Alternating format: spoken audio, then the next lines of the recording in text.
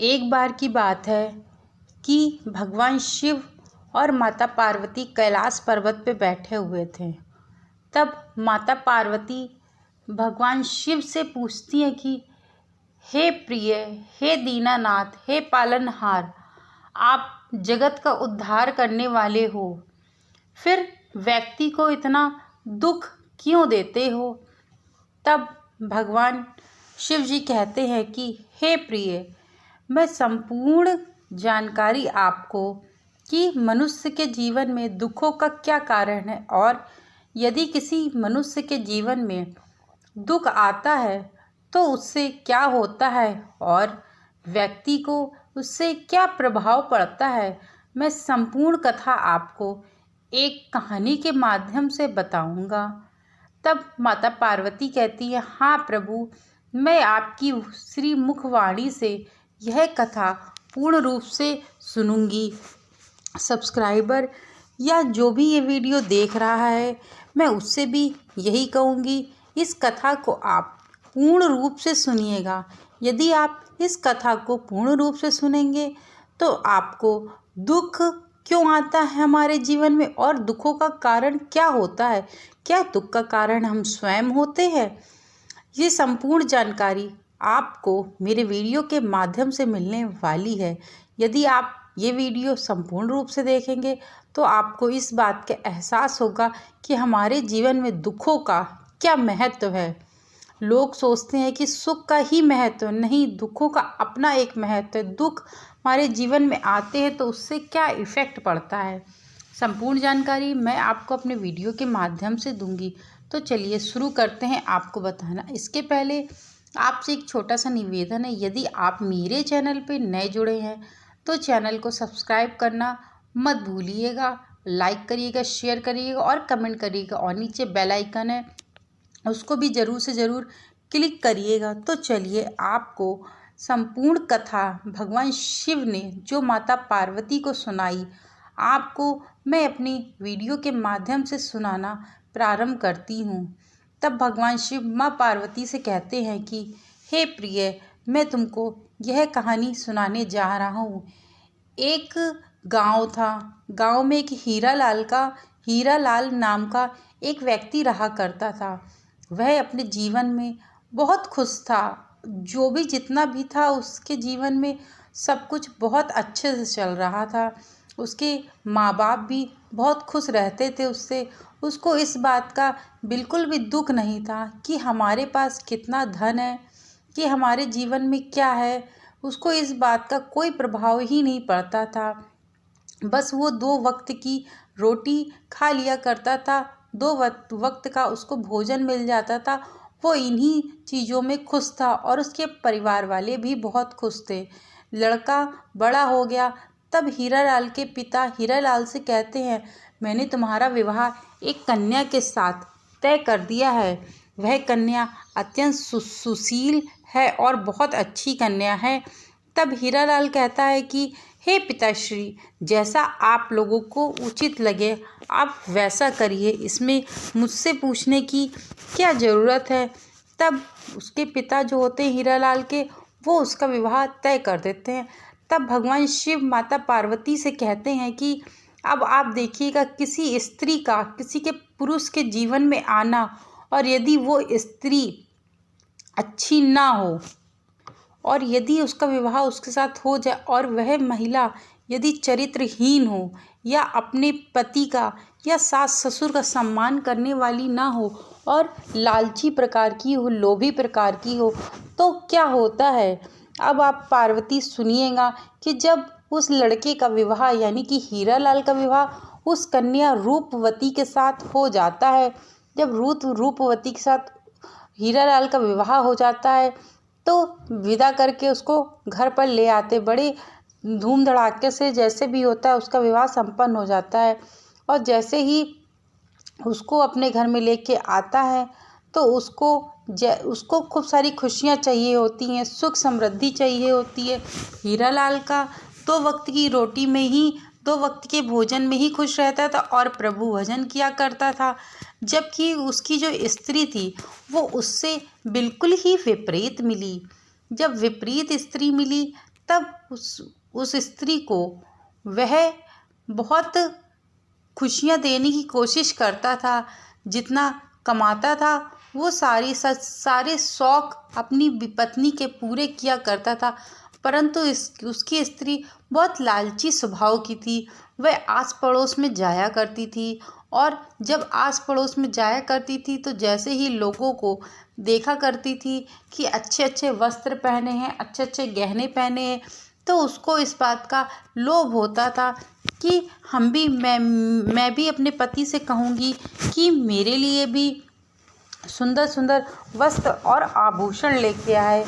जब शाम को उसका पति आता तब उसकी पत्नी उससे कहती, हीरालाल की पत्नी रूपवती उससे कहती थी कि हे पति, हे प्रिय, मेरे लिए आप क्या आज तक कोई गहना लेकर के आए हो?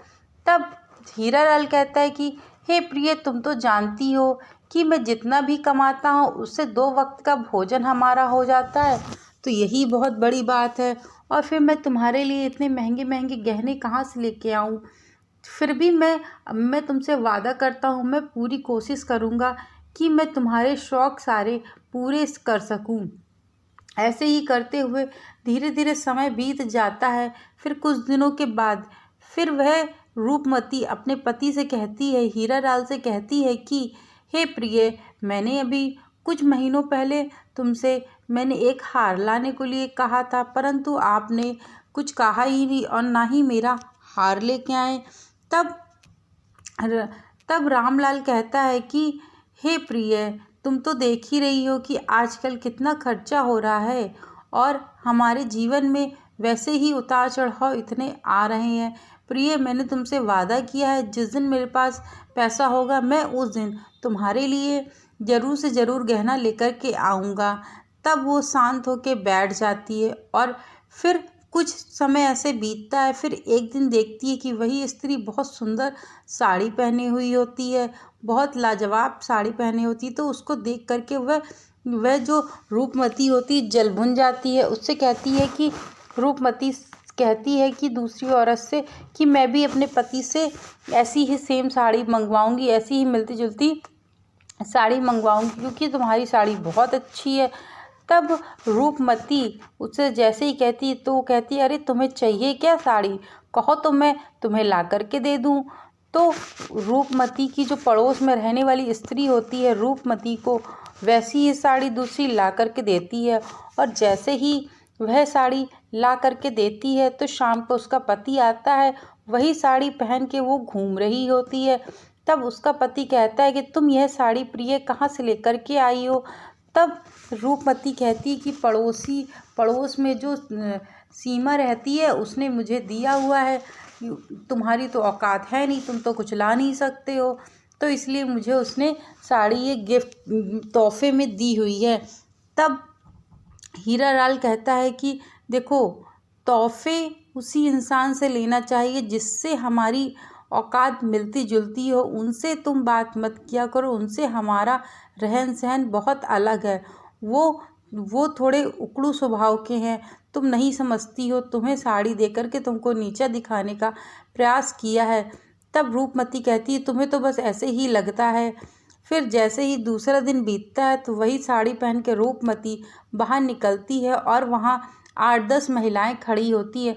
तब वह स्त्री जो होती है पड़ोस वाली, वह रूपमती की बेइज्जती करती है, कहती है कि ये जो साड़ी पहनी हुई है रूपमती ने, मैंने ही इसको दी हुई है।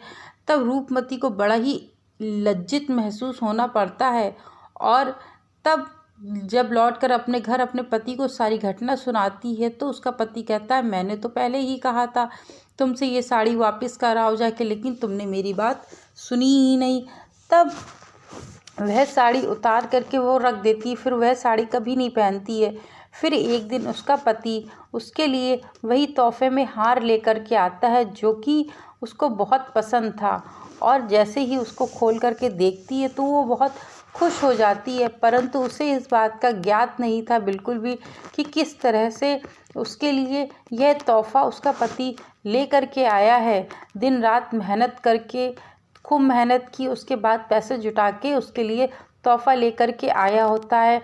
तो उसको देख कर के बहुत खुश हो जाती है। खुश होने के बाद कुछ समय बाद फिर ऐसे ही समय चलता रहता है। फिर कुछ दिनों के बाद फिर उसकी दूसरी इच्छा जागृत होती है कि हे प्रिय, मैं चाहती हूँ कि मुझे तुम रोज़ पैसे दिया करो ताकि मैं रोज़ खा पी सकूँ बाहर जा कर के। तब फिर उसका पति कहता है कि प्रिय, मेरे पास इतना पैसा नहीं है सिवाय खाना भोजन करने के उपरांत मैं तुम्हें दे सकूं। तब फिर उसकी पत्नी कहती, जब दे ही नहीं सकते थे तो विवाह क्यों किया हुआ था। तब हीरालाल कहता है कि देखो, तुम्हें हमारे बारे में पहले ही पता हुआ तो बहुत लड़ाई झगड़ा होने लगता है। इसके बाद वह जो महिला होती है वह घर छोड़कर चली जाती है। और तब महादेव कहते हैं कि जो स्त्री अपने पति का मान सम्मान का ख्याल नहीं करती है, जो अपने मायके की तरफ भागती है, तो उसका कभी भी भला नहीं होता है। और दूसरों के दुख से किसी को, दूसरे के सुख से किसी को जलन नहीं होनी चाहिए। और ना ही उसको इस बात का एहसास होना चाहिए कि मैं इतनी दुखी हूँ तो मेरे पास ये चीज़ नहीं है तो मेरे पास क्यों नहीं है। इन सब चीज़ों को ज़्यादा मायने नहीं रखती है। मायने रखता है तो व्यक्तिगत चरित्र मायने रखता है कि वो किस स्वभाव का है और किस चरित्र का है। मित्रों, ये मैंने कहानी मेरा सुनाने का आशय यही थी कि व्यक्ति को सदैव अपनी परिस्थितियों के अनुसार ही चलना चाहिए। और यदि आप अपनी परिस्थितियों के अनुकूल चलते हैं तो आपको बहुत कुछ झेलना पड़ सकता है अपनी लाइफ में। इसलिए हमारे पास जितना है जो है उसी में सुख रहना चाहिए। किसी भी दूसरे की वस्तु को देख करके उसमें मोहित नहीं होना चाहिए, बल्कि ये सोचना चाहिए जब मेरे भाग्य में होगा और जब मैं मेहनत अच्छे से करूँगा तब मुझे वह चीज़ ज़रूर से ज़रूर प्राप्त हो जाएगी। तब भगवान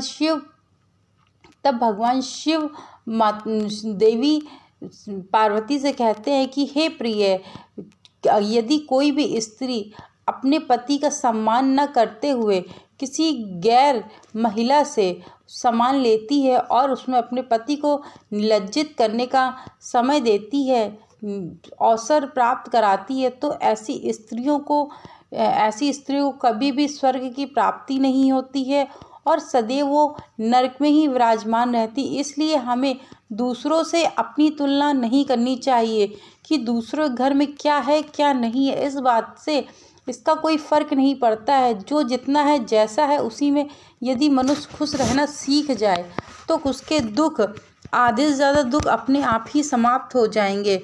मित्रों, मेरे द्वारा बताई गई यह कहानी, यह कथा आप लोगों को अच्छी लगी हो तो चैनल को लाइक शेयर सब्सक्राइब करना मत भूलिएगा। Thank you so much video को वॉच करने के लिए।